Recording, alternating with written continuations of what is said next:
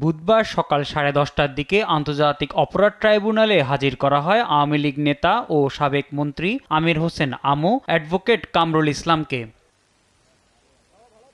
Prosecution বলছে, 19 জুলাই গণভবনে 14 দলের বৈঠকে কারফিউ জারি ও দেখামাত্র গুলির সিদ্ধান্ত হয়। এরপরই বেপরোয়া হয়ে ওঠে পুলিশ সহ আইনশৃঙ্খলা রক্ষাকারী বাহিনী ও আওয়ামী লীগের ক্যাডাররা।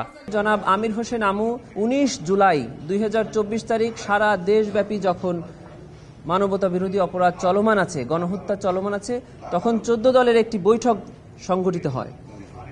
গণভবনে এই বৈঠকে তিনি একজন নেতৃত্বস্থানীয় ব্যক্তি ছিলেন এবং সেই বৈঠকে কারফিউ জারির সিদ্ধান্ত হয় এবং কারফিউয়ে দেখামাত্র গুলির সিদ্ধান্ত হয় এবং পরবর্তী আপনারা 20 তারিখ থেকে দেখেছেন দেশে কিভাবে নিরীহ নিরস্ত্র সাধারণ ছাত্র জনতার উপরে নির্বিচারে গুলি করে তাদেরকে হত্যা করা হয়েছে। কামরুল ইসলামের বিরুদ্ধে অভিযোগ, ঢাকার সাভার এলাকায় নিরীহ ছাত্র জনতার উপর গণহত্যার নির্দেশ দেয়ার।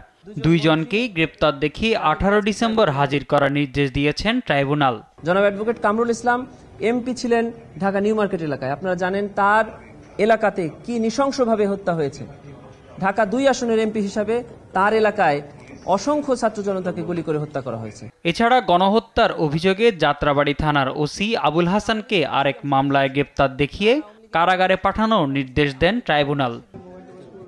মোহাম্মদ সাকিব, দেশ টিভি, ঢাকা।